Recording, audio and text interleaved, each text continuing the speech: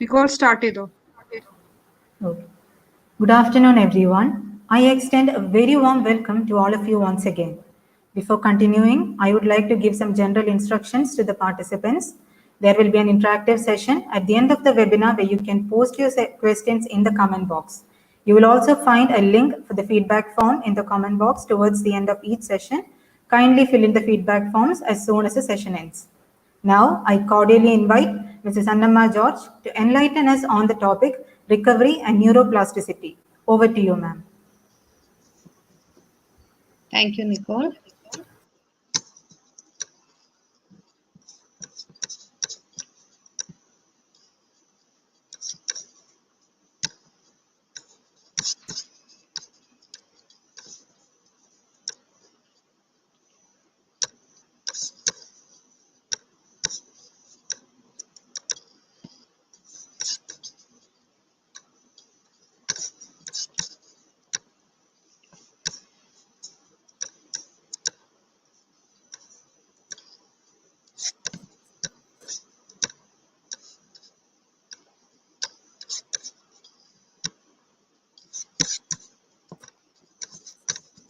You have to tell me if my screen can be seen. Huh? It's coming.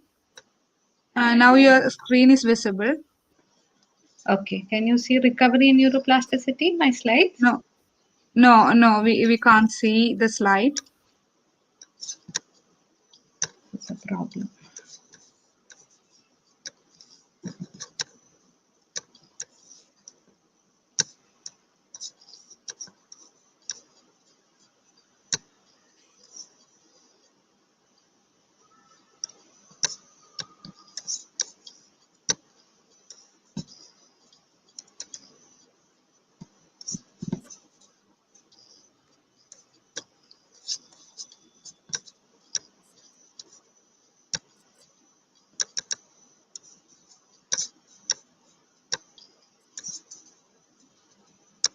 Yes, ma'am, it's coming.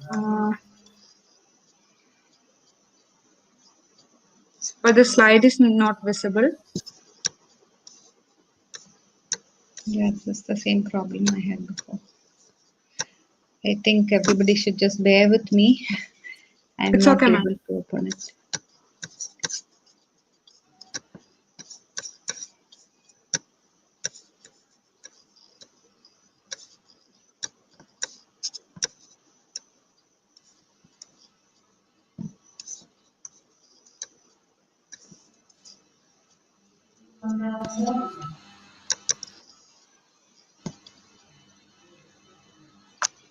I don't know. Can you see it? No, we can see the screen, but the slide is not here.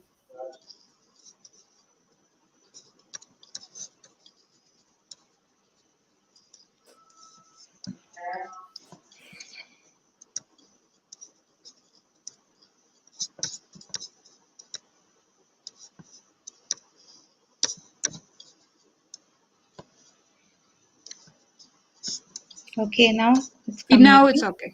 It's fine. Okay.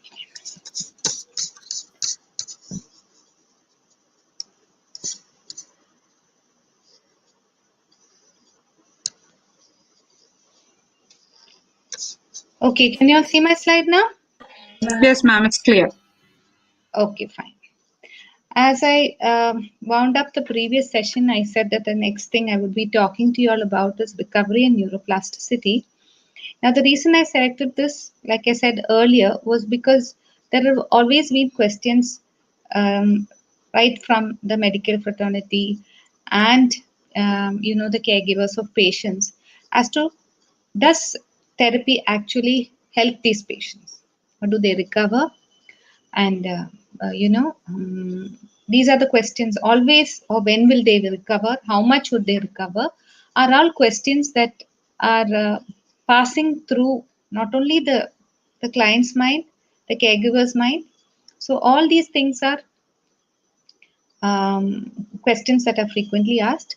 Similarly, what we see is that another question they ask is, how long will it take to recover?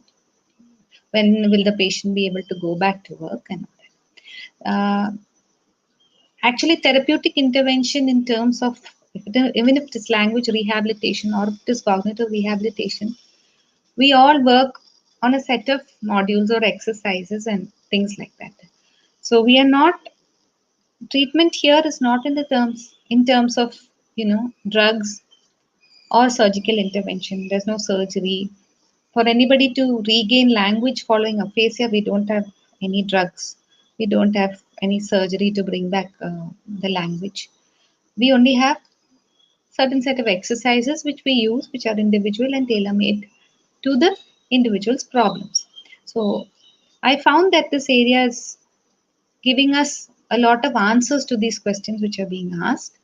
Similarly, what is seen is that, see, today what I'm sharing with you is all from literature, and it is not some work or research work that I have done by myself, but it has been papers or things of academic interest which I feel demonstrates this recovery. And through the course of the next few minutes of this talk, I would also like you to appreciate the fact as to why we need to encourage patients to come in for intervention, and also to understand what is happening in the brain following damage. And the third aspect would also be um, that, of neuroplasticity, wherein we are using this not only in individuals who have suffered some from atrophy or brain damage, but also in normal individuals. Okay, so that is the course in which this presentation is to go forward. So there are some new terms which are also being introduced, and some things that you will be able to. There are some take-home messages from that. So I'm moving on. So we know that, as based on the previous presentation, we know that higher level cognitive processes, including language, are subserved by multiple brain regions. And if there's focal brain damage and subsequent recovery, there is a change in the network that supports cognition. So, in case a patient has had a stroke, the functional recovery takes place in spite of the tissue damage that has occurred. Okay. So, just give me a minute. Yeah. So, what is recovery per se? Now, that refers to change in the level of impairment. So, the patient had a problem, some amount of impairment, but later on there was a change in that. Or the positive aspect is there's an improvement in the function. He was not able to do certain things, but now he can do certain things. So, that is recovery. Now, most studies have shown that patients have shown some amount of recovery, and many have shown substantial recovery. Okay, it's not that uh, no patient improves. All of them show, but the levels or degree to which the recovery takes place is different in different individuals and is dependent on several factors. Another thing that we should remember is that we have moved on from the age-old notion is that if the brain has some form of damage, then nothing can be done or there is no recovery. So that age-old notion, now all that has been changed, and these new studies have indicated that there are changes that are happening in the brain and there is recovery happening in the brain. Very often we read this term spontaneous recovery in papers. What is that? It refers to the re-emergence of a particular skill that was lost after a time delay. Okay, so the patient developed a problem. Following that, spontaneous recovery happens. It's the time period after that, it is the time period after which the damage has occurred and the patient starts recovering. Okay, and it's very, very commonly reported in patients with stroke. I'm going to give more examples of patients with stroke because that is the areas that I've been working on. And we should remember that this recovery occurs maximally at 4 to 10 weeks and it lasts up to 6 months post onset. There are studies which say that this is extending even further. Now, what we should remember is that in the initial period, the course of recovery is very rapid. And as the time period goes on, the amount of recovery gradually reduces. Okay, so And it's also dependent on how severe the deficit was at the beginning. We should also remember that plateauing may occur at any stage of recovery. What do I mean by plateauing? That is, the patient starts recovering and he can remain at that particular level for a long period of time or some period of time. So it's not uncommon to see that. So suddenly, the caregiver gets worried. He is not showing any improvement. He is not showing improvement. So plateauing is a phenomenon that is seen and it may occur at any stage of recovery. So, okay. Now, this is one of my personal work where we studied patients following aphasia consequent to stroke, and we followed them up for a period of 1 year. That means the same patients were evaluated on the Western aphasia battery, like I spoke in the previous session. Now, we used the Western aphasia battery as a measure, and we found out what was the change in the aphasia quotient. First, we evaluated them at baseline, then we evaluated at 3 months, then we at 6 months, and then at 12 months. So as the graph depicts, you can see that the maximum improvement took place in the first 3 months. The improvement was there at the 6 months level and at 1 year level, but then the amount of improvement was, or the rate of improvement was slower in the 6 month and the 1 year period. Okay, so maximal improvement takes place in the first 3 months. So, what does that go to suggest? It goes to suggest that when you intervene or you give them help or rehabilitation in the first 3 months, this is the time that there will be maximal recovery and it is maximally beneficial and it has been documented. So it's important to take advantage of this recovery which occurs so that you can maximize the treatment effects that the patient has. Okay. Godke et al. In 2012, they studied 2 groups of patients. So they had one group who received therapy and another who did not receive therapy. So when I'm in brackets, when I've written spontaneous recovery alone, what is meaning is that spontaneous recovery is that happens naturally in the brain. There was no other, so that is going on passively, right? So only when you give the external therapy, that is an active intervention. So there were patients who are those with therapy, without therapy, and after 3 weeks post-stroke, they found that the persons who were given therapy, the patients who were given therapy, perform much better. Okay, and recovery not only alters the severity but also the pattern of language disturbance. Now, you should understand what is happening in the brain when there's recovery. Okay, so there are 3 main mechanisms going on in the brain during recovery process. One is reperfusion. In other words, there's a restoration of the blood flow of incompletely damaged the ischemic penumbra. What I mean, what happens is at the time of stroke, either what happens, blood flow to an area stops because of there may be a clot or there may be bleeding in the brain. Okay, so when there's a restoration of blood flow, there's a recovery. Then there is also swelling in the brain. So there is focal edema, which is in layman terms it is swelling. Okay, and there's a reversal of the reduced metabolism in the cortical and subcortical regions distant from the site. So not exactly whether the area surrounding that there's edema also. In the first few weeks, when this edema reduces, there is recovery, and also there's a reorganization of the structure and function. Okay, and like I said earlier, during spontaneous recovery, this takes place in the brain as a natural phenomenon, irrespective of the external behavior or stimuli. Now, post-stroke edema, like I said, swelling. When there is edema, the neural function gets disrupted. Okay, and because of that, the intracranial pressure increases, and that leads to compression of certain brain structures. But when the swelling subsides, the neurons start functioning in a normal manner, and most of the recovery in the earlier stage is because of the resolution of the swelling. Is this slide visible? Can you see the slide? Hello? Hello? Is the Hello, slide ma'am. visible? Yeah, it's clear. Okay, fine.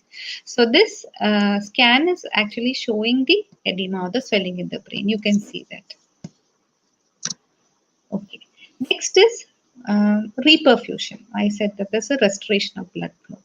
So what happens is when there's an injury, that particular area, the blood flow is very, there's a, the area of the blood flow to that area is restricted. Okay. And the blood flow is slightly better in the area surrounding that. Now, if you reperfuse this area, then what happens is that there's a recovery of the neurons. So I want you to take a look at this diagram. Can you see this? This is the area that is damaged, and this is the surrounding area. So the surrounding area was also at risk. So when you reperfuse, what will happen is that the damage to the surrounding area is reduced because there's an increase in blood flow. But when there's no reperfusion, can you see the size of the ischemic penumbra is actually increasing? Okay, that is what is reperfusion.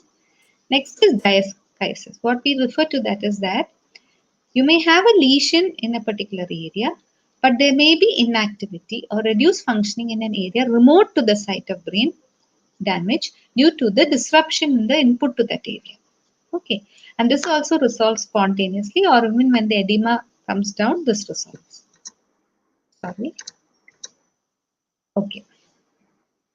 So, several neuroimaging studies have studied this aspect, and what has been seen is that MRI studies have shown that there's a restoration of the perilesional language networks of the left hemisphere which have not been damaged, and that is the main mechanism that contributes to recovery. So you have an area of damage, you have undamaged areas. So these undamaged areas are the ones that contribute to recovery. Similarly, the right hemisphere, analogous areas in the right hemisphere also have a role, but the role of the right hemisphere gradually decreases as the left hemisphere takes up the function. So as the function improves in the left hemisphere, the role of the right hemisphere decreases. But when the left hemisphere is compromised, the right hemisphere becomes active and plays its part. Okay.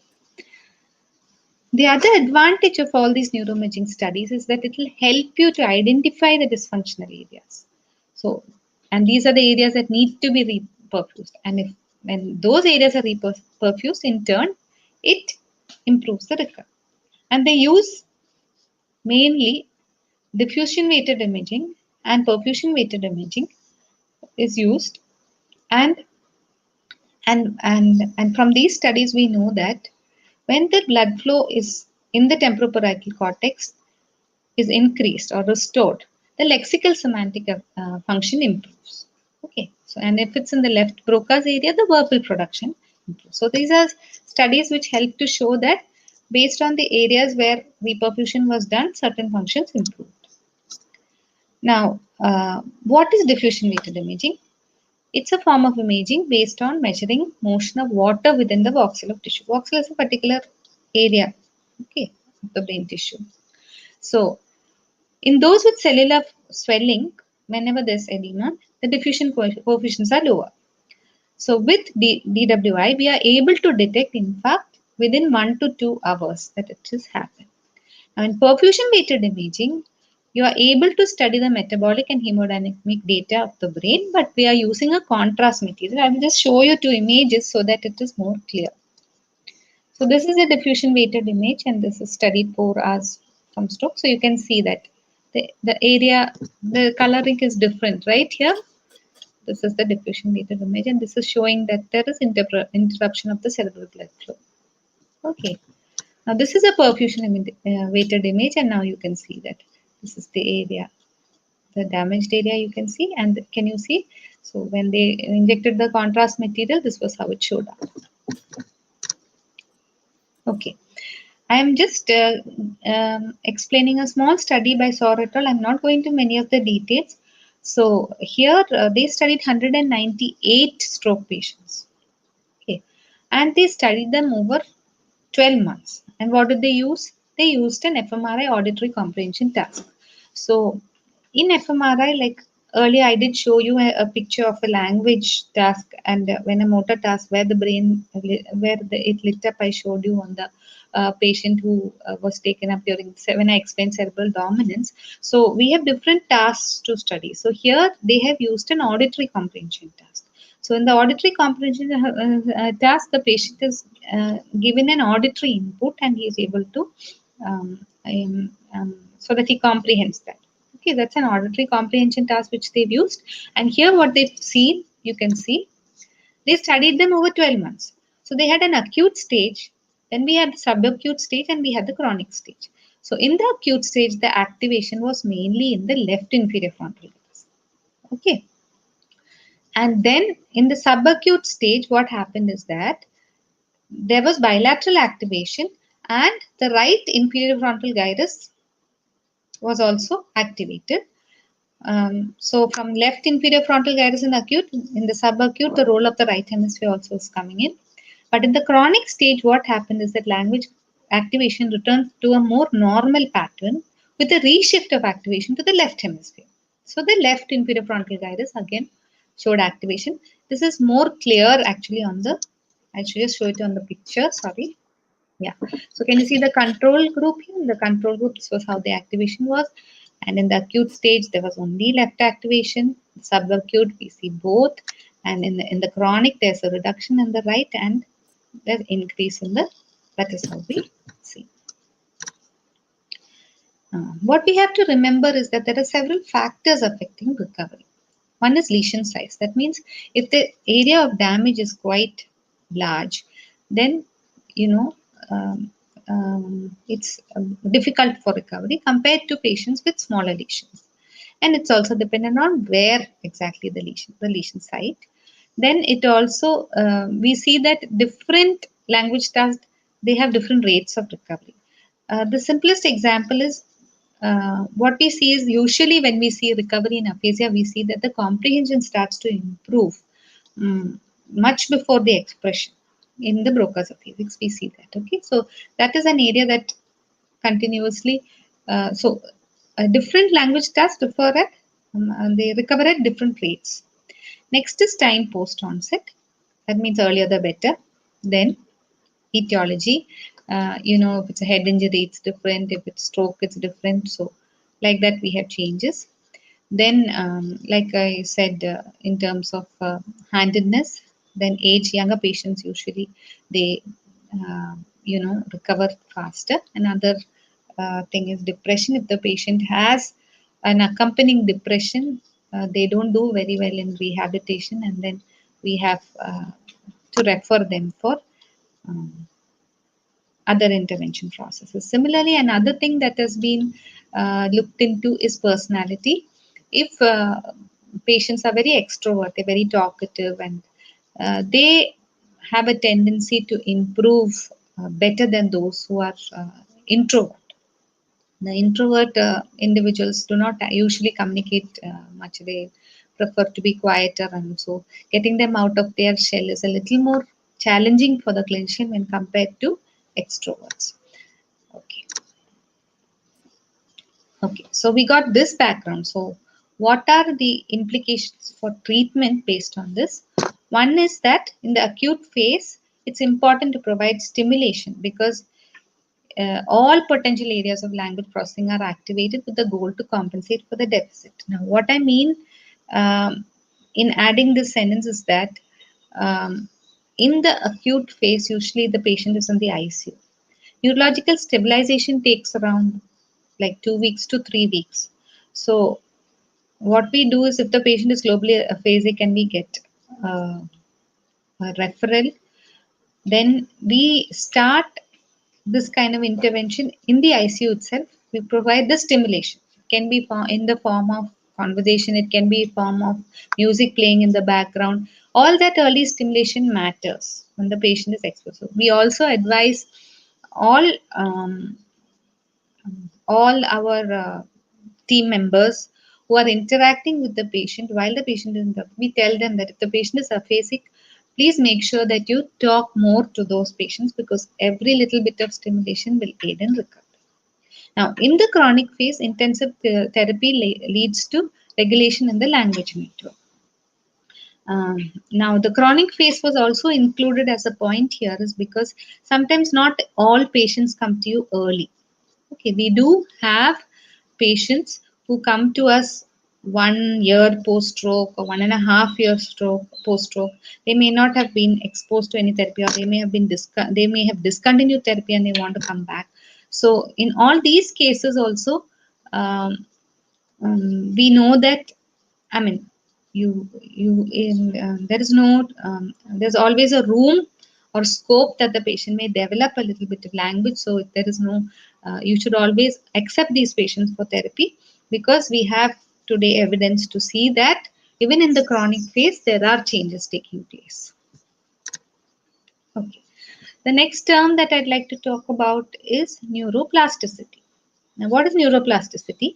It refers to the brain's ability to rewire itself. Now, this rewiring and is the basis for learning in the intact or in the injured brain. It is the potential capability of the brain to compensate for lesions, and it provides the thrust for neurorehabilitation. So, the theory that, once damaged, the brain is always damaged, gets thrown out of the window, because the concept of neuroplasticity came. And we know that the brain definitely has changes going on. No matter what the age, the brain is flexible and capable of change, and it has the capacity for structural and functional plasticity throughout the human lifespan. And we should remember that there are differences in plasticity in a developing brain and an adult brain. It may not be the same. And neuronal plasticity refers to morphological, biochemical, and physiological changes occurring in the brain. Synaptic plasticity refers to changes in the complex synaptic network of the brain in response to intervention. So, when we intervene, some synaptic changes take place. And these are critical as they alter the communication between neurons. We also have something called morphological plasticity, where there's an anatomical change following damage, such as axonal regeneration or sprouting, as the picture depicts. Now, plasticity studies support the functional importance of the use it or lose it principle. I'm sure most of the listeners here today are familiar with the use it or lose it principle. And it indicates that behavioral and neural change can be brought about through intense and repetitive practice. So, plasticity can occur in chronic phases also. Only thing that differences are there between the acute and the chronic phases in terms of the mechanisms that are going on in the brain. Compensation refers to the, especially in terms of in following the stroke, what happens is it refers to recruitment of additional brain areas for language processing. And reorganization refers to a shift of a primary language area. So there may be a recruitment of an additional brain area, or there may be a reorganization. So that's how we compensate for the deficit. Now, remodeling of circuits can occur, like I said, spontaneously or through intervention. And that intervention can be therapeutic, pharmacological, or by TMS, or transcranial magnetic stimulation. Now, the success is dependent on the spared or undamaged networks that are available to be recruited for this process. That's what I was also saying. It's dependent. The previous slide also I did say that there are certain spared or undamaged networks, and how these are tapped will ultimately be responsible for how the recovery takes place, and the recovery is better for small lesions that we said earlier. Now, reorganization of the language areas following stroke is dependent, like I said, I'm just repeating this, the site of lesion, the surrounding tissue, and remote areas that have structural connections with the site of lesion. So that is an argument that was made, is that it's not a particular area, but that area will have several crisscrossing connections with other areas in the brain, and all this has to be, these remote areas will also aid. Okay. Through rehabilitation, we may modify or boost the plasticity changes taking place in the brain. Okay. And through fMRI, we are able to study what are the changes that have occurred due to injury and what is happening during recovery. So how do you study it? You can do one brain scan on a subject and compare it with other subjects, or you can do a continuous longitudinal follow-up of the same subject. Okay. So several scans are done over time acute to chronic on a particular task. Now this is, can you see this picture? So here you can see, here what they've done is they've done the scan at 3 days and then they've done it 8 weeks. And you can, and after that they have subtracted that to find out what was the improvement finally. But in these studies, what was seen is that individuals with the same size and site of lesion and the same time post onset may not engage the same brain areas. It may be different areas of the brain. Now, Kiran et al. In 2015, they studied the changes in the connectivity in neural circuits. They compared two groups, that is the aphasics, and they compared the normals. And the aphasics had undergone semantic feature-based rehabilitation. I'm sure most of you are aware what is semantic feature. Okay, so this is used like a bird has wings, birds can fly. These are all features of bird per se. Okay, so it's just a small example. So they use that for rehabilitation and they use picture naming and semantic feature verification. So what they found is that over time the patients improved. Those who got the therapy, they improved, and they also did better on the trained categories and untrained categories. So during rehabilitation, they had chosen certain categories to train on, and the patients performed better on that. And over a period of time, they found that the same areas which were being used by the controls were recruited by the patients as they recovered. Okay. Another study by Turkle-Taub in 2011, they have reported that suppose the patients have very limited damage in the dominant hemisphere, they will continue to recruit areas which are spared in the same within the same hemisphere itself. Okay. And in terms, if suppose the lesion is very large, that was when that they felt that the patients were recruiting areas from the right hemisphere, and this aided recovery. So it's again dependent on the size of lesion. Variations in recovery can also be due to the differences in laterality, handedness, age, gender, but they are of less significance compared to what I said earlier.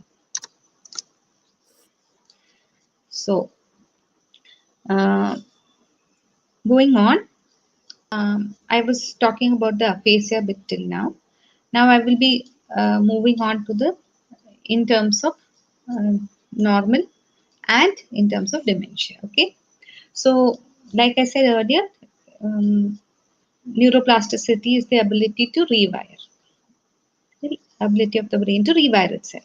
Okay, and that is when the brain recognizes that you need an adaptation, and this can continue and develop throughout life.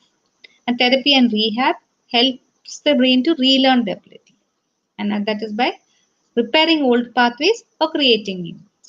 Even when you learn a new language, it increases gray matter density and neuroplasticity. So when you learn a new language, what happens is that it facilitates brain connectivity and communication between brain regions. And also it is seen that when you learn music and when music is combined with a dance, art or exercise form, it promotes neuroplasticity. Okay. Now, in terms of dementia, what is seen is that the brain is also able to adapt to age-related or dementia-related changes by altering the utilization of the brain networks. Now, Hill et al. In one of their papers in 2011 report that with early AD, Alzheimer's disease, these patients with early AD are able to relearn previously learned information and improve their cognitive abilities following cognitive intervention. So, there are some compensatory processes at work, even though there is an underlying dementia or a pathology. That is what we have to remember. So that even though there's an underlying brain pathology, it doesn't hamper or hinder us from acquiring or learning or improving the things that we learned earlier. So the argument was that dementia is degenerative and progressive. Then why do you rehabilitate? But When we do that, we can reduce disability and help to maximize the performance in these individuals. And how do we do that? It is by inducing various motor and cognitive activities. You have to utilize these activities to delay the onset or progression of dementia. I think if anybody has actually read up articles on how to prevent or how to delay the start of dementia, always there are tips which suggest that physical exercise, mental exercise, do crosswords, do jumbles, and solve puzzles, Sudoku. Okay, so this is the rationale behind that. The plasticity of the brain contributes to the ability to build the cognitive reserve. Cognitive reserve can be modified by mental activity. Okay, so you can always, the cognitive reserve is whenever you do any mental activity, you're adding on to your reserve.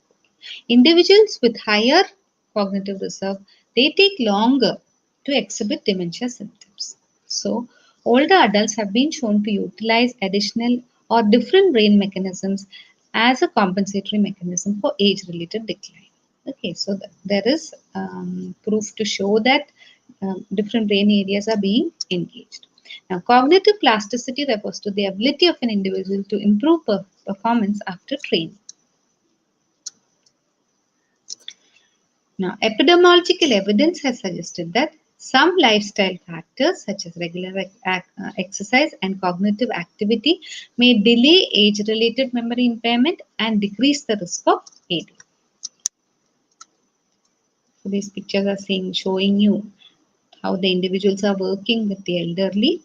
So if their brains remain active, then it delays the onset of dementia.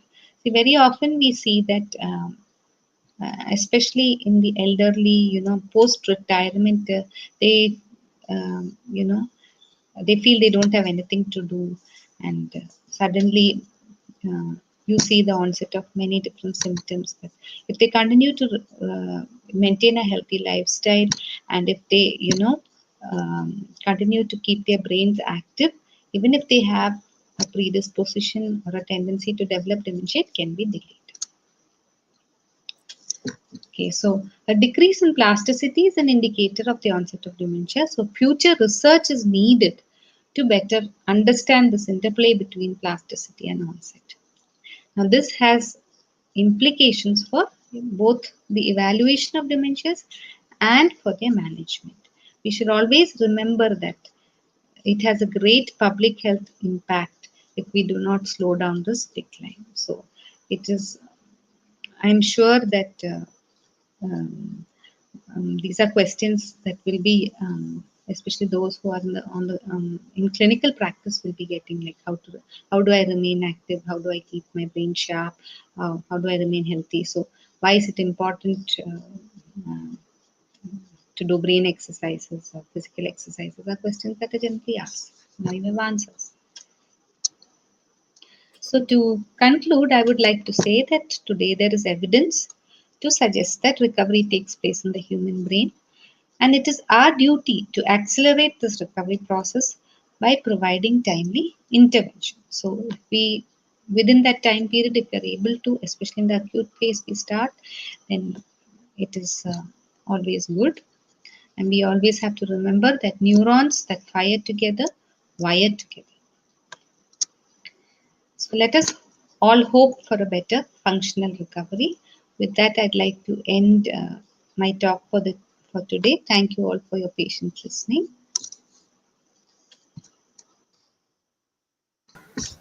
Thank you, ma'am. A gentle reminder to the participants, please do fill in the feedback form, which will be provided in the chat box. Now it is time for the question answer session.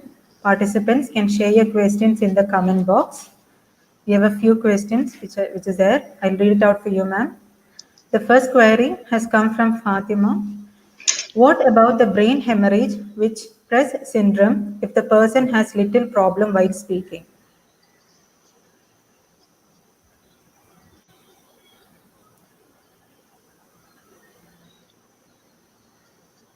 I'm sorry, I didn't understand the question very well. What about brain hemorrhage with Press syndrome if the patient has little problem while speaking? I didn't get the question. If it is only a little problem, then it's most likely the patient only has anomia, and we will be dealing with that. We'll be treating the naming difficulty per se. And some the present We'll on the move on to there is the next another question. there is another one which says there is another entity called press of speech, but We have then the next for that we question. deal with it differently. Yeah, next question.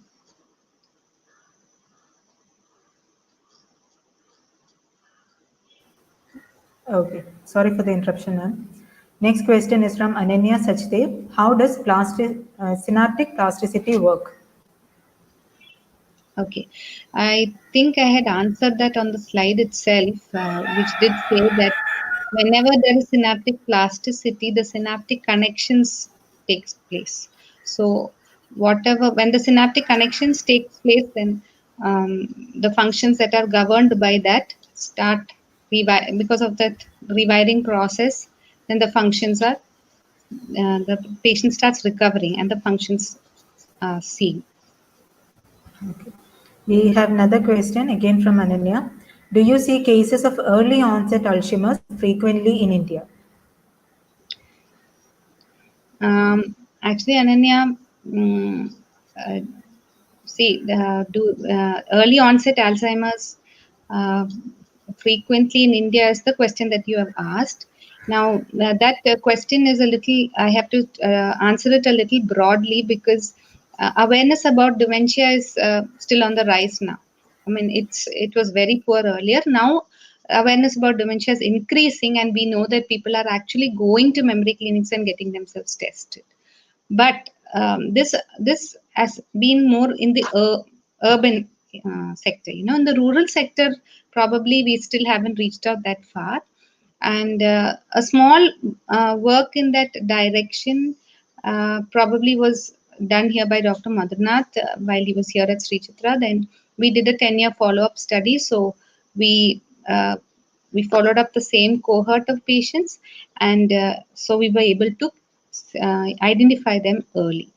Okay, so it is connected to the services that we can actually provide, like in terms of the neurological services or access to facilities or neurological setups or memory clinics where the patient can get tested and be diagnosed for Alzheimer's. But now the awareness is definitely increasing.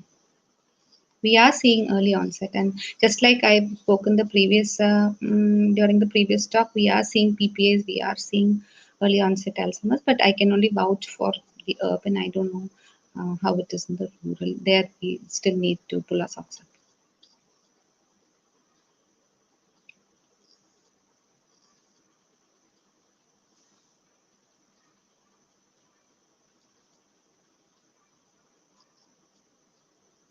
Okay, thank you, ma'am. We have next question from Sayakshi.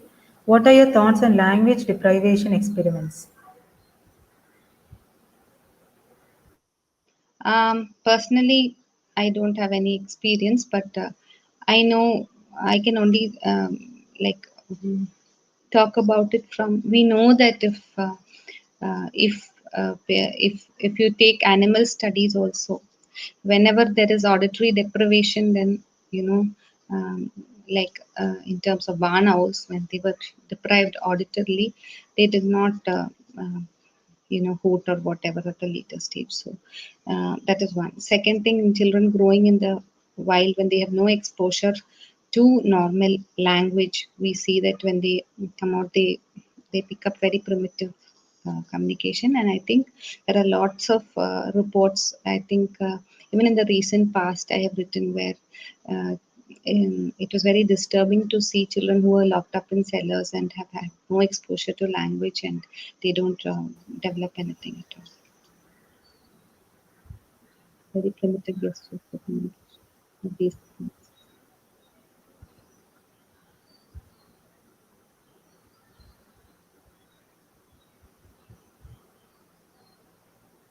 The next question is from Rekshita M. Are phantom limbs a consequence of neuroplasticity? Phantom is a consequence of neuroplasticity. I wouldn't be too sure how to get it across to you. Well, but there are a lot of reports. I think Dr. Ramchandran's book on that would be, if you read up that, you will get a better answer. So I don't think I need to comment on that.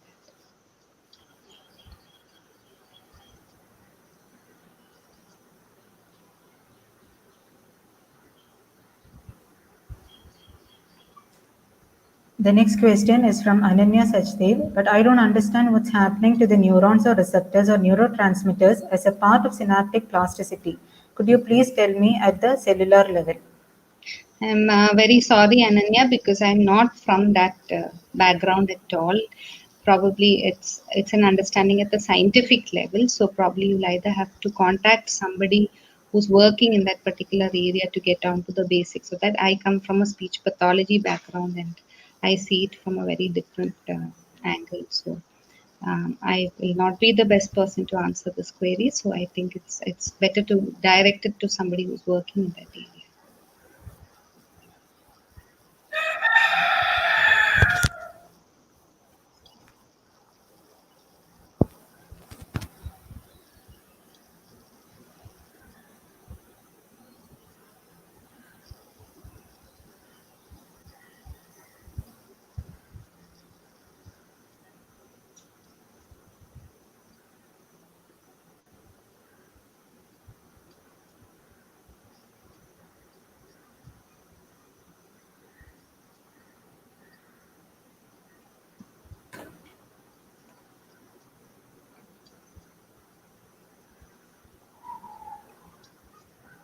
Nicole, are you there? Hello? Hello? Okay.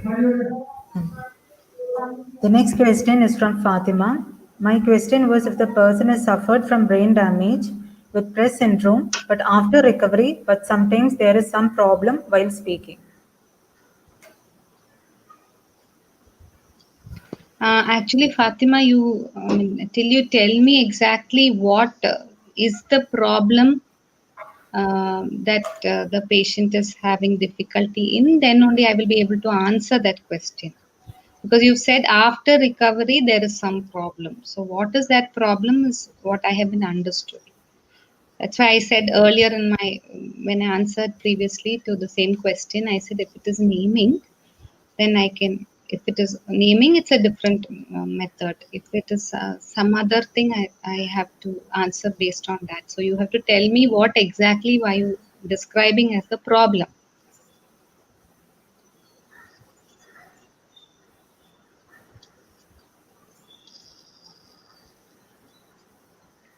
Fatima, can you rewrite what exactly is the problem? Then I can answer it.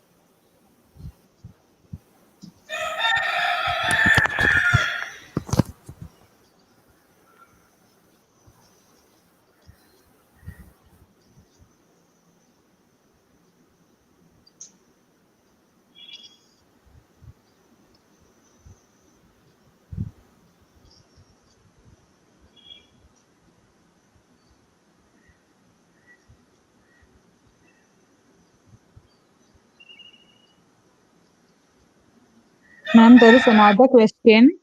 Yeah. Is language defects seen in patients with Parkinson's or juvenile Parkinsonism? Okay.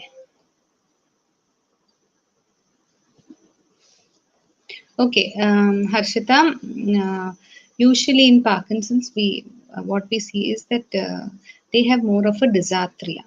Okay, so in dysarthria, what happens is that the clarity is compromised and the patient is not intelligible to the listener. That means they cannot understand because the clarity is compromised. Now, that is because there is a weakness or in coordination of the muscles of the oral structures, which results in a reduced clarity in speech.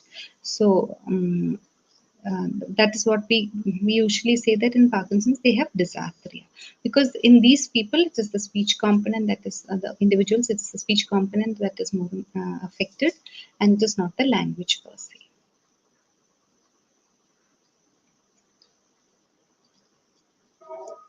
I think Harshita got her answer. Okay. There are no more questions right now. If anybody have any doubt, you can post your questions. But Because our resource we had person has, asked Fatima has actually, we had asked her to rewrite the whatever she but wanted to there is ask. no reply from her actually. Okay, no problem. Then we can wait if anybody is typing, but we cannot see anything else. If that's it, we can wind up our session, ma'am. Okay. So thank you so much. Thank you to Okay, the ma'am, there organizers. is another question coming. What happened in a neurological condition called synesthesia? Is it due to other problems in neuroplasticity? Um, just give me a minute.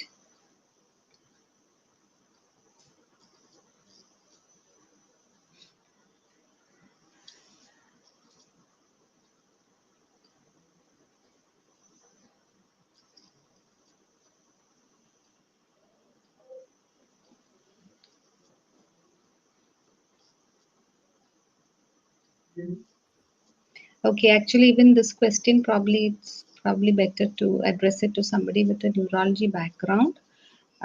It's something that I wouldn't be able to answer, and I'm not sure if it is. I don't think it is due to some problem in the neuroplasticity. So I think this question also can be addressed to somebody with a background of neurology. Ma'am, we got reply from Fatima. Okay. The problem is sometimes when the patient is hyper, the patient repeats words with pause.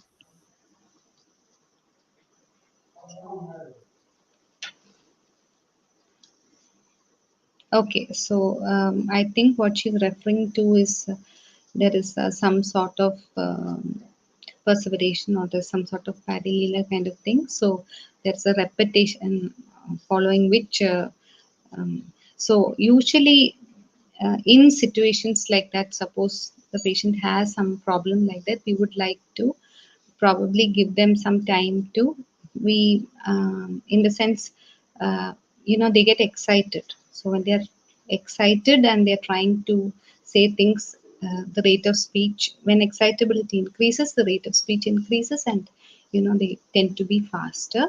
So we always ask them to slow down the rate of speech. When you slow down the rate of speech, very often, one, the clarity of improves, and second thing, the tendency to repeat will also come down. And when they have understood that the listener is comprehending what they are saying, also, that will help them to modify or alter their language ability or their communication ability.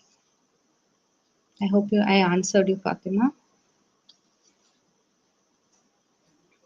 Okay, I think Fatima got her answer.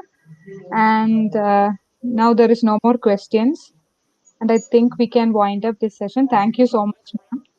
Thank you. Thank you. I hope I was able to answer at least some of the queries, not all, because some are not totally directed to my field at all. Yes, Anyhow, ma'am. I thank the organizers for having invited me to give this.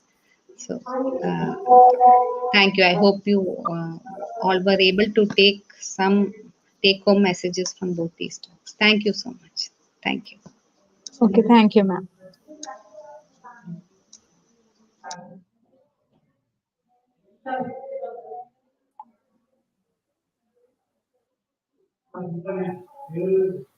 Now let's move on to the final lecture. I cordially invite Dr. Rajani Ramachandran to continue with the topic Autism in the Mind, Neurodiversity Perspective and its Relevance. Over to you, ma'am. Thank you. Let me start sharing my screen first.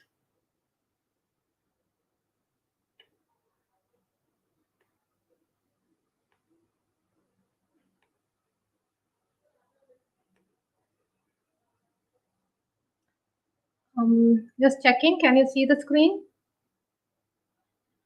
Yes, ma'am. It's visible. Great. Thank you. So before we move on, let's do a quick recap of the morning session.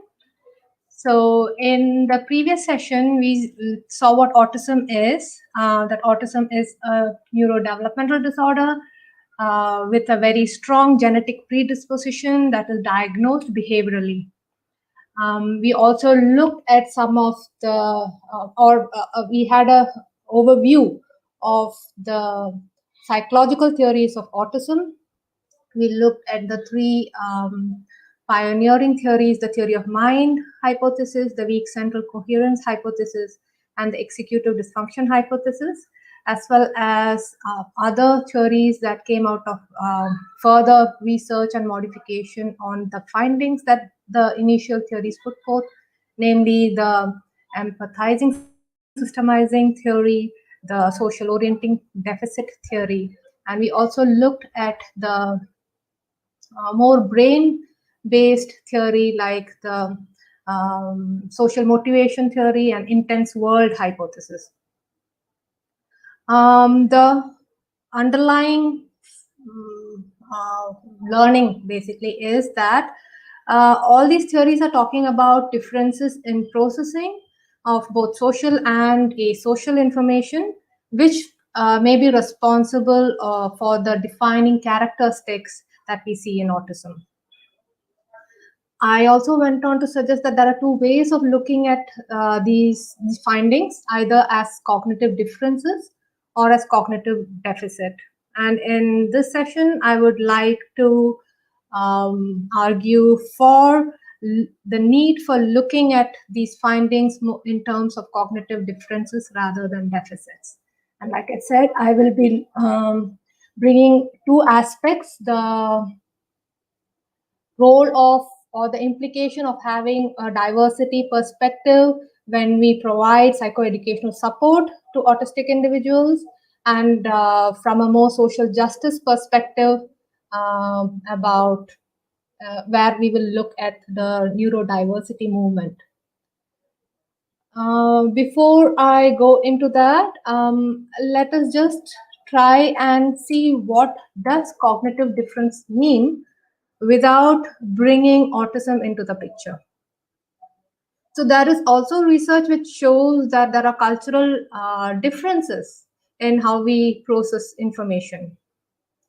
So in one study which was done by Masuda and Nisbet in 2001, these are all the studies that I'm talking about are part of larger,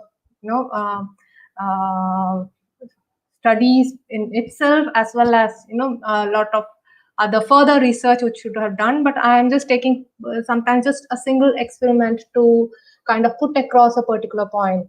However, in no way has the findings been twisted in any way. So with that, so in this particular study, for example, the investigators presented pictures like these to young American and Japanese children. And later they were asked to describe what they saw.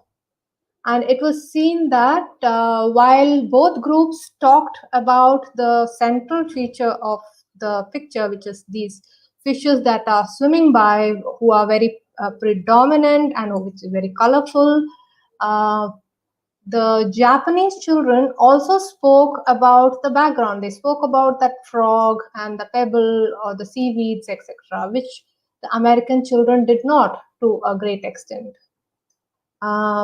So does that mean that the American children have a deficit of some sort? Because of course they are remembering much less than the Japanese children. In another study, which was done by Norenzayan and colleague in 2002,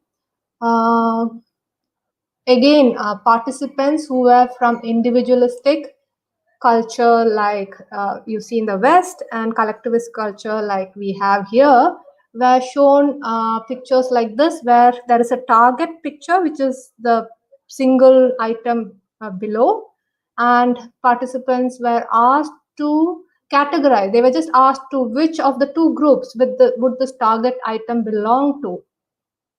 And what they were interested in seeing is whether there is a cultural preference for the kind of reasoning we do, whether people based on their cultural background would prefer intuitive style of reasoning or formal style of reasoning. Intuitive style of reasoning basically refers to looking, it's more experience based and more holistic in nature, whereas the analytical way of reasoning is more based on the formal way of reasoning is more based on rules and more analytical in nature.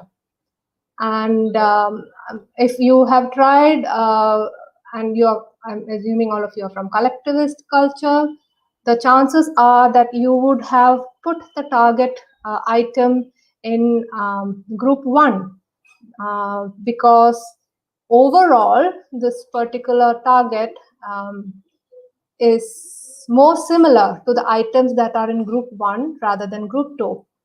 But participants in individualist culture, it was seen, would rather group the target item in group 2, because though overall the item does not seem to belong to group 2, all the flowers in group 2 have a straight stem as opposed to the kind of curved stem that group 1 has, all the items in group 1 has.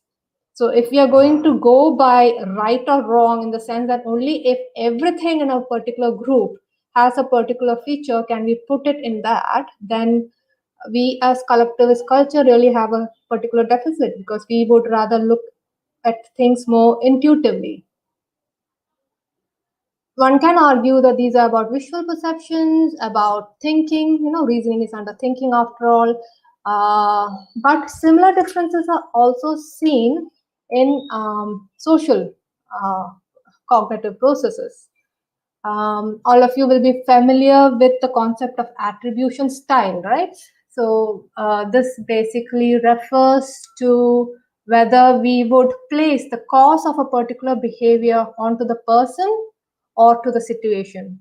So if you see a man walking and he trips, would you say that the man is clumsy, or would you say that there is this pothole which has suddenly appeared?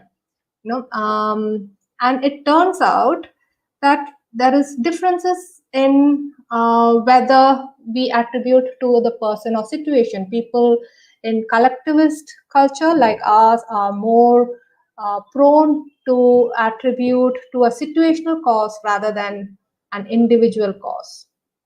And Miller actually asked Indian and American children to give the reasons for some negative behavior which some people presumably carried out. And it was seen that the Indian children attributed the cause to the situation rather than the person, whereas the American children attributed the cause to the person rather than the situation. What was also seen that this difference did not exist in the younger children, but the difference was very large in the older 15-year-old children. So what does that mean? Are we nicer people, for example, rather than the American people? Are we more accommodating of wrongs that others do? But then there is another study or a series of studies which used this test called 20 statement test. This is a very simple test. It is just you ask the participants to write 20 statements, all of them starting with I am. And it was again given to participants who are from a collectivist culture and who are from an individualistic culture.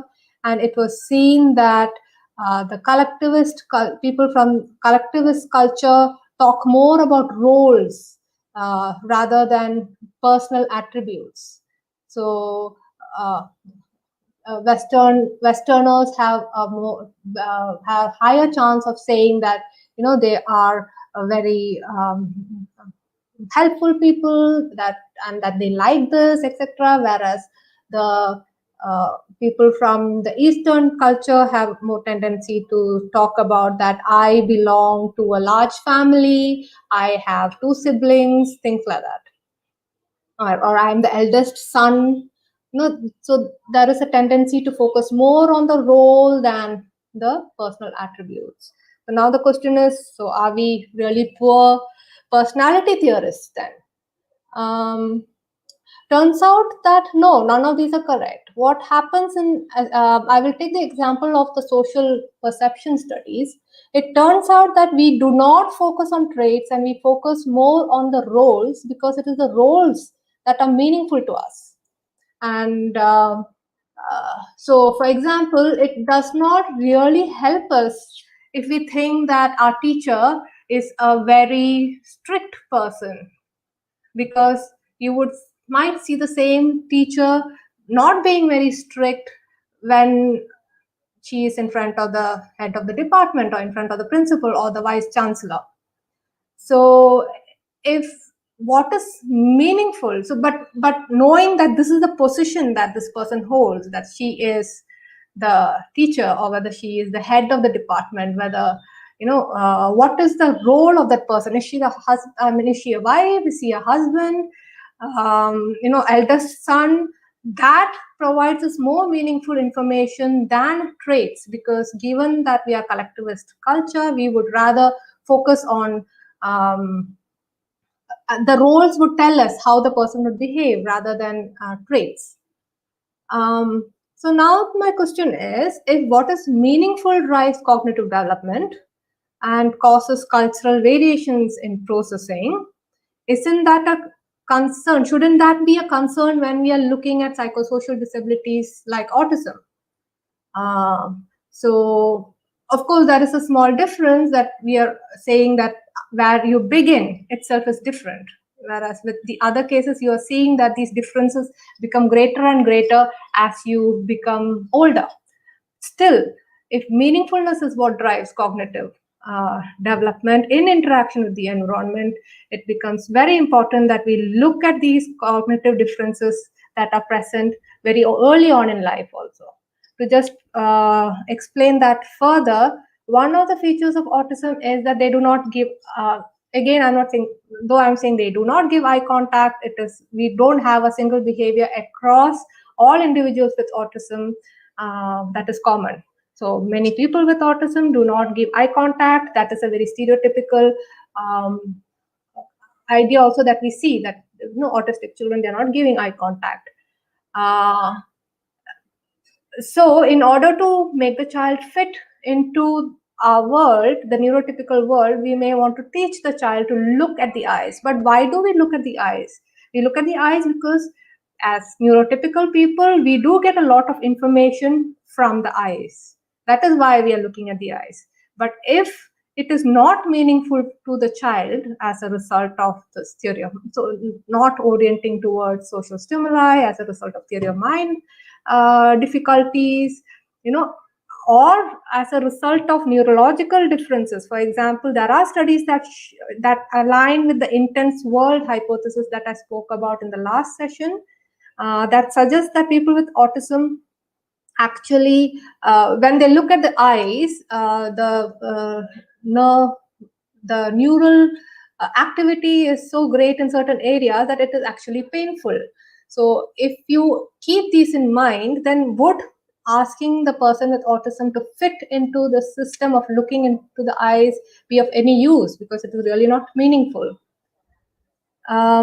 Taking this further, I would like to bring in this idea of like going a little bit closer to the implication of diversity perspective when we're doing psychoeducation or providing psychoeducational support. I want to bring in the ABC model, the antecedent behavior consequence model of behavior modification, which is very common not just in therapeutic setup, but also talked about in schools in general, even parenting. So the basic idea is that if you have a behavior that you want to modify, you can look at what is causing the behavior, you can look at the consequence, and by changing either the antecedent or the consequence, you can then bring about changes to the behavior. So I would like to make it clear that I'm not against behavior modification or ABC consequence. What I'm trying to say is that we need to reflect better on which behavior are we focusing on and why are we focusing on that. So if we take a very common behavior that is seen in autism, like hand flapping, they have stereotypes, and if many children come with stereotypical hand movement, and now suppose I don't take into account that this child is autistic, how would it go? How would the therapeutic plan go? So you have a behavior that you want to modify. The chances are that you will not be able to find a clear-cut antecedent. So we are going to work on the consequence. In a nicer world, what would happen is that the child will be taught things like quiet hands, which involves keeping both your hands on your lap, and every time the child shows that behavior appropriately, you would reinforce the behavior. Now the question is whether it will work. Maybe it will, maybe it will not. The chances are that it will not, because this particular behavior has a reason for existing in this individual, because he or she is autistic. It helps in some kind of regulation, and without providing another alternative for making that regulation possible, insisting on behavioral change can lead to further complication. It does not support the child. I said in nicer world, but there are cases in recent times itself where the consequences were harsher, which means, either saying loudly no, flapping your hands, or even tying up the hands. And there is a case where the child developed alternative regulatory system, which which involves spitting. Now, flapping your hands and spitting away, I wonder which one you want to choose. Also, there is also these. I must say that these are all based on my interaction with parents of children with autism and teachers that I work with. There is also a child who had a similar habit, and the parent had wanted to fix the child. And this child, after an extended period of having the hands tied, would then go and hide from the father and flap, because the child realized that this is a behavior that the father does not want to see, but then he wants to do it, and he was deprived of it for an extended period of time, so he couldn't help himself. So now you need to question the idea of theory of mind deficit also. The fact that the child was not able to hide himself well from the father talks about a deficit of sorts. But then, of course, the fact that he realized that the father does not want to do it, but I want to do it, and I need to hide and do it, talks about some amount of good mentalizing ability. So there is also a similar thing that is very common, which I've seen very common in therapeutic centers, is this tendency to look at speech and communication as the same. People with autism have communication difficulties. They, of course, many of them come with lack of speech, but the difficulty is still in communication. And somehow there is this very strong need to fix the child into speaking, that you don't give an alternative way of communication for a long period of time. This also, I feel, is about fixing the child, about making them as neurotypical as possible, and is also something that we need to think about in the therapeutic setup. So what happens if I accept that the diagnosis of autism means that this individual relates to the world be it social world or non-social world, in ways that is different from a non-autistic, then what would we do? We could check if the characteristic is in any way coming in the way of the person being able to perform whatever work, or we can plan so that the control is still with the individual. So the child, instead of trying to teach the child not to do this, wouldn't it be better to teach the child where can he do it and where can't he do it? And if he has to sit with quiet hands for so much of time, how much time is it? So at least some amount of prediction, some amount of control is given to the child. And in order to do that, sometimes this will mean that the people in the who are providing the support will have to make the changes. We may have to change the way we deal with the environment. The world will have to function to accommodate the diversity. So these are things that these are decisions we may have to make from an individual to individual basis, but the findings that we have from these theories also give us very important lessons about general principles that all of us can follow when we are working, providing any kind of support to autistic individuals. This would sometimes involve just making changes to the way we speak. Again, I'm taking examples that I have found most relevant in the place that I am at, over the period of 20 years. For example, being very aware of instructions. Now, I don't know about other Indian languages, but when we speak in Malayalam, we very often use things like this, that. So adu, idu, ivade, avade is very, very common in Malayalam.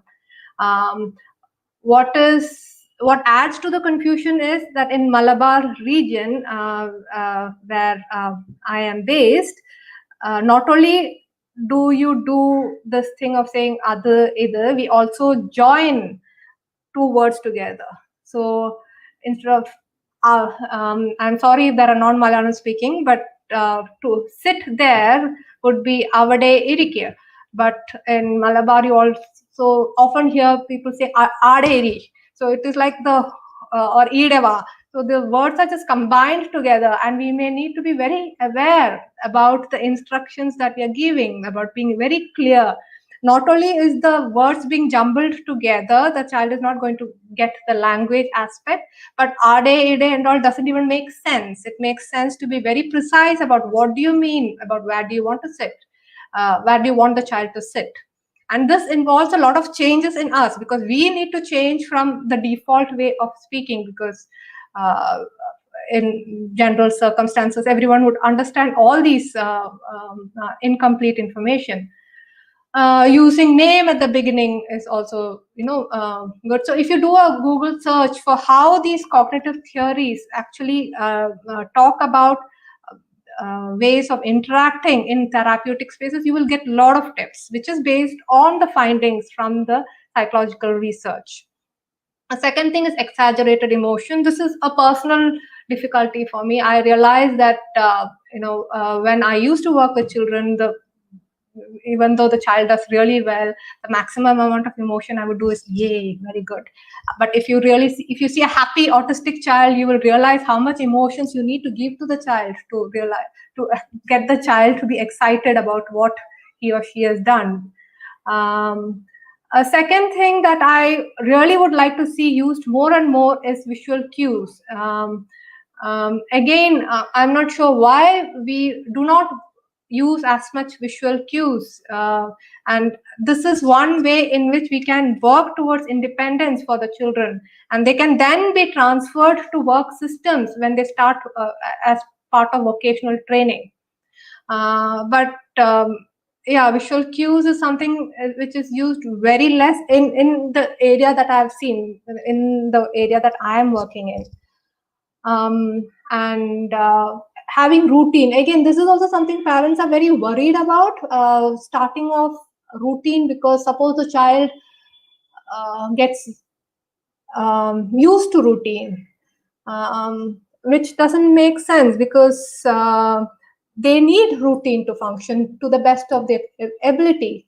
It gives them prediction, it gives them control, and they don't. And you also have ways in which you can prepare them for changes. So then why not have routines? You do not tell a person who is blind, listen, don't depend on your stick, because suppose the stick breaks, what will you do? You don't tell a person who is deaf, don't learn sign language, or don't use your hearing aid, because suppose the battery dies. So if routine is what supports the child to function well, supports the adult to function well, that is what we need to give, not think about what happens when the routine does not work.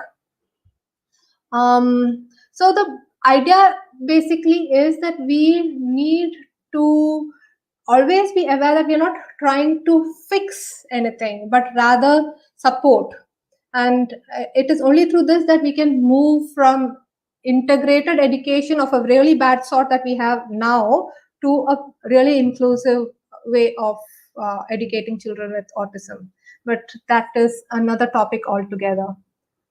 So the second big picture that I wanted to look at is about the implication of having a diversity perspective from a social justice point of view.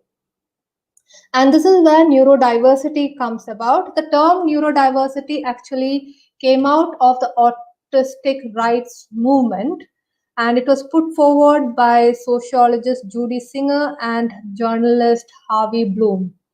And the neurodiversity approach basically argues that many of the neurological conditions that you see are normal variations of human genome, and it has an evolutionary advantage, which is why these characteristics continue to exist in our society today, and that they are not pathological.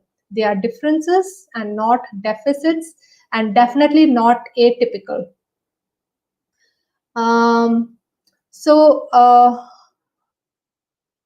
And the way in which, and one way in which they put across their point is to show that some of the greatest inventions, the greatest discoveries in art and music, etc., are creation of autistic minds. So you have great minds and successful minds who have autism. So you have people like Henry Cavendish, Charles Darwin, Emily Dickinson, Paul Dirac, Albert Einstein, Michelangelo, Mozart, Isaac Newton, Wittgenstein. You also have very successful people like Bill Gates, Satoshi Tajiri, who made Pokemon, Anthony Hopkins, Dr. Vernon Smith, Bobby Fischer. And I also, when I was checking for these names, I came across an Indian boy called Varun Chand, who is making or attempting to make it big in swimming, and who has autism. So now, what does that mean now? Like, is it about superpowers? Is it that autism means that you have some kind of superpowers?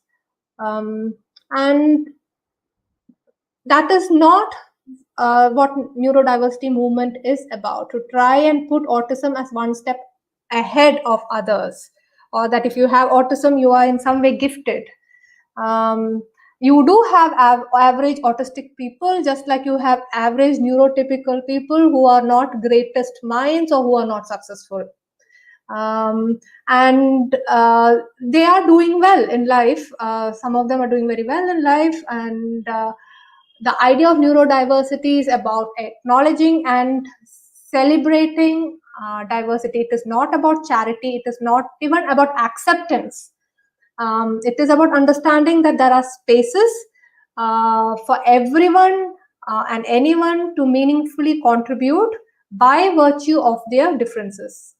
And it turns out that in today's world, like someone was suggesting earlier in the question hour, Adarsh was suggesting that some of the autistic features may have a special demand. So Microsoft has a specific autism hiring program.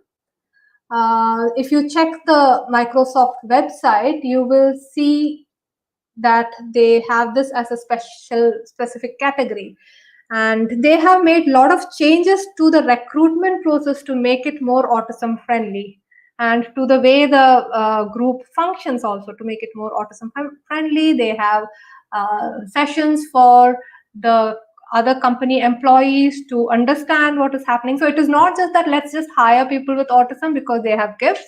It is about making the space also autism friendly, where everyone needs to then contribute.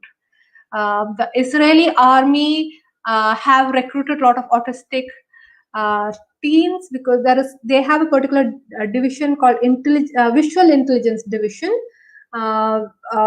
which basically involves people looking through a lot of visual images that are sent over from different perspectives to check, whether there is any issues anywhere. So the Israeli army have specifically recruit people from the autism spectrum. And there's an article, if you search for Israeli army and autistic teens, you will get the information. There's a specific article in The Atlantic which gives some case studies also for those who are interested.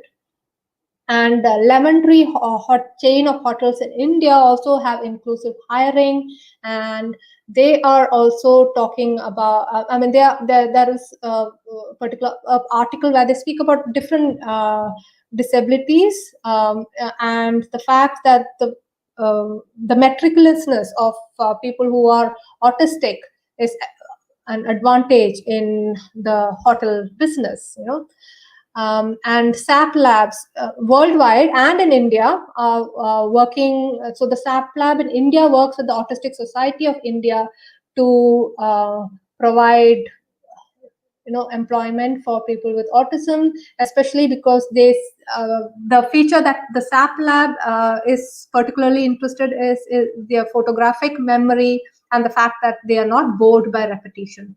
The fact that they are not bored by repetition is something which keeps coming up. Israeli army speaks about that. Lemon Tree speaks about that. Microsoft speaks about that. Instead of talking about bored by repetition, the fact is maybe they find that interesting, and hence they are not bored, unlike neurotypical individuals. So one thing that is worrisome is that the vocational training program is really poor, especially in the case of people with autism. It is improving slowly, but we do not have enough vocational training program. The psychology department in Calicut University has a vocational training program, and they do cater to some of the needs of people with autism. But we need to have vocational training program, which is then working with the industry in order to provide meaningful employment to people with autism. But the preparation for that might need to start much earlier, for example, in making autistic individuals familiar with visual charts, so on and so forth. Now that in the morning, again in the question, I think Dr. Pishardi had asked about the fact that you have people who have issues. It is not, you have autism, have a greatest mind, or you're successful, or you're a regular person who, if you're very lucky, would manage to find employment somewhere or the other. But there is a degree of autism, there is a degree of comorbidity. There are other physical issues like epilepsy, etc., that comes along with autism.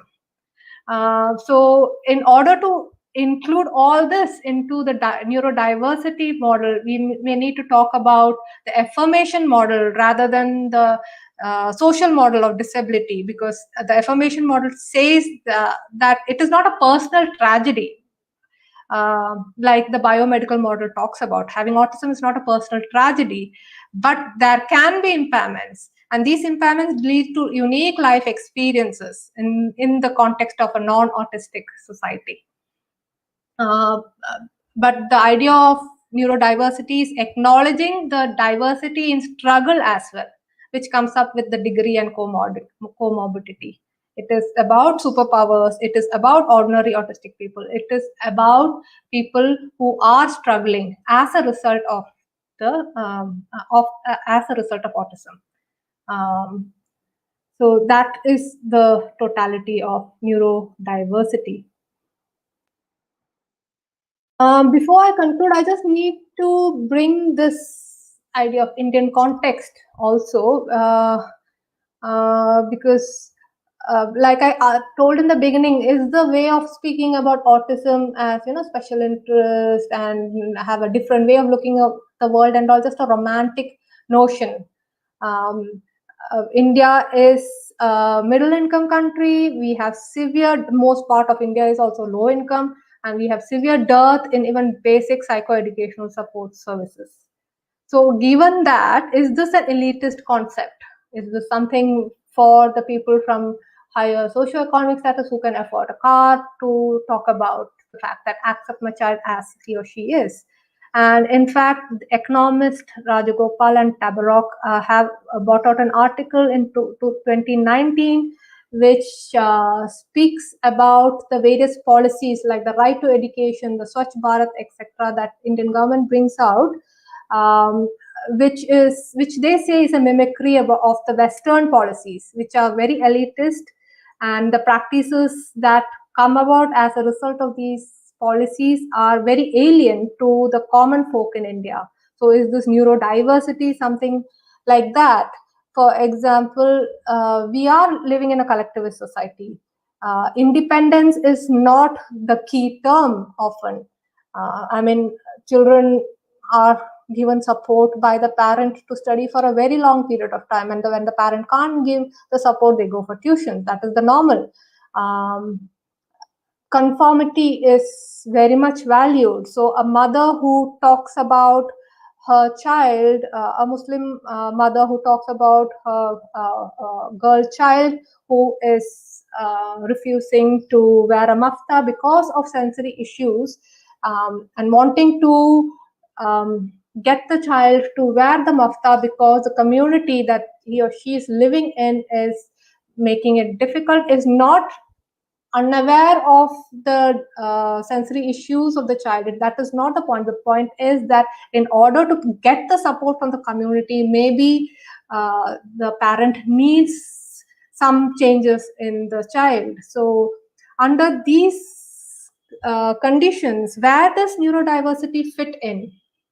So I would like to hear what you have to say about this. But the way I would like to conclude is by bringing it in the concept that is called double empathy problem, put forward by Damian Milton. Milton basically criticizes the theory of mind hypothesis that as it is described in the academic literature, because he says that applies to non-autistic spectrum people's ability, applying the same to an autistic person. So this is how a non-autistic person does theory of mind, and then you apply that understanding to an autistic person is oppressive. In an article, Milton talks about empathy being a double problem, in the sense that when two people from very different worldviews, that is a person on the autistic spectrum and a person who is non-autistic spectrum, try to interact and explain something, both may need to have high amount of empathy to understand what the other is saying. And if one worldview, that of the non-autistic person, by virtue of being the mainstream worldview, gets imposed, then the marginalized worldview or the person from the holding the marginalized worldview will experience psycho-emotional disablement. So that brings in the social model. And he goes on to I like this quote, which says that one could say that many autistic people have indeed gained a great level of insight into non-autistic society, more than vice versa, perhaps due to the need to survive and potentially thrive in a non-autistic culture. Conversely, the non-autistic person has no pertinent personal requirement to understand the mind of the autistic person unless closely related socially in some way. So I feel that a diversity perspective in its true essence, as opposed to a deficit perspective, is really needed, both within the psychoeducational field as well as in the broader society, because that will help, for example, the parent I talked about, to then empower the child. That will help the community understand this parent and the child more. And I'm sure an interaction between the people from an autistic spectrum and the one from non-autistic spectrum would greatly benefit both communities. I also just want to make a quick note, because I was asked in the message, how should you refer to people with autism? So I am using autistic because that is what the autism rights advocates say that they want to be referred to as. There is a tendency to put the person first rather than identity first, but that has changed. Now it is identity first. Which is why I'm using autistic rather than individuals with autism or child with autism. So I, in the morning session, I didn't go into details of any of the cognitive theories because I was a bit worried about the time, and how there is a lot. 1980s onwards, so much of work has been done. So I have some reading here, which students, if you are interested, will find interesting, and they will get a good picture about the psychological theories of autism. These are also references that we use in our department. So there is a book called Autism, New Introduction to Psychological Theory and Current Debate, which has come out recently, 2019, by Fletcher, Watson, and Happy. And you have this nice book, which is slightly old, but Fritz Explaining the Enigma. This is the book which really got me interested in autism. I really found it enigmatic. And those who want to have a good understanding of neurotribes, Steve Silverman's book, Neurotribes, which came out in 2017, is also a very good read. The other references are also given. And I'm happy to take questions now. Thank you.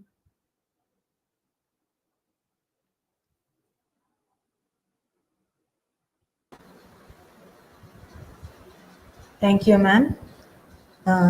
Participants, please do fill in the feedback form. The link is provided in the comment box. Now it's the time for question answer session. Participants can share your questions in the comment box. We have our first question from Dr. Mukundan Joseph. Ma'am, I'll read it out for you. Do you think vestibular stimulation is very useful for autistic children? Like I said, for each child, there is at present there seems to be this idea that there is this package of therapy that any child with autism will need, which involves special education, occupational therapy, speech therapy. Yeah, so this kind of a package. So you will need, does vestibular stimulation help people with autism? It does help some children with autism who do have sensory issues that are more vestibular in nature. Thank you, ma'am. The next question is from Ananya Sachdev. If autism interferes with daily life activities or a normal healthy lifestyle, shouldn't it be classified as a disease rather than a variation? How does one decide which one it is? There are two ways of answering it. One, the research that I talked about talks about the fact that these are variations. So you also have concepts which I didn't talk about, like a broad autism phenotype, and the fact that these features are there in milder forms in the typical population. So that is one way of looking at it from a neurodiversity movement. This thing that no, they are part of the normal spectrum. The other one is that who will classify it as a disease? And how does classifying it as a disease help? Because if it is a disease, you need to cure it. You should have a cure, and you don't have a cure here. So the idea is to empower the person, give them the support. Sometimes it is about providing structural support in the society rather than trying to change the person. So in that case, the idea of this disease model does not help at all. So the final thing is, how do you want to support this person who has autism? And so a disease model does not do that. So it is not useful in any way. Thank you, ma'am. The next question is from Dr. Pisharadi. Does diversity mean evolutionary advantage? The so-called autistic savants are exception. The concept of it, just a diversity, makes many not to treat their autistic children at all. Your comments. My point is, many parents misinterpret the notion. Yes, the fact that many parents misinterpret the notion is why I needed to bring in the Indian context, where how do you present it to them. But then the neurodiversity movement does talk about evolutionary advantages, but I am not sure how it comes about in terms of actual genetic research. But the neurodiversity movement or the neurodiversity perspective is not about autistic savants. The neurodiversity perspective basically is talking about the fact that you have a huge amount of diversity both within and outside the autistic spectrum, and the idea of celebrating these differences in the sense that these differences, given the correct situation, can be contributory to the society. And if they can't, if the disablement is so high, it is fine. You don't need, it is not a personal tragedy then. So. Thank you, ma'am. Again, it's a question from Dr. Pisharadi. Yes, psychoeducational support is not the answer. Teaching all the stakeholders how to interact with the autistic and to include him or her. Your comment, madam, not fully ruled out psycho support. The way I see it is that psychoeducational support should bring in this concept of how do you interact with the child with autism, or the psychoeducational support should keep in mind that we are talking about autistic individuals. And depending on the many different aspects, a child may need different amounts of psychoeducational support, different kinds of psychoeducational support, and it is finally for the stakeholders to decide which support, how much support they want to use, which is not what happens. So I don't know whether that is where the question is coming from. Usually, like, this package of therapy is pushed onto the parents of children with autism, that you do all these three and everything will be fine. So yeah, I do agree to what you say, but with the thing that you have written in the bracket, that psychoeducational support is definitely needed, but will differ from individual to individual. Thank you, ma'am. I think that's the end of the questions. We have no more questions. So once again, thank you, ma'am, for a very informative and insightful session. Thank you, ma'am. We have thus come towards the end of the lectures. I thank all the speakers for enlightening us on various relevant topics. Once again, thank you all. Next, we have the validatory session, the link for which is provided in the WhatsApp groups. So please do join the link so that you get your certificates. Please do join the validatory link at 3:30. Thank you.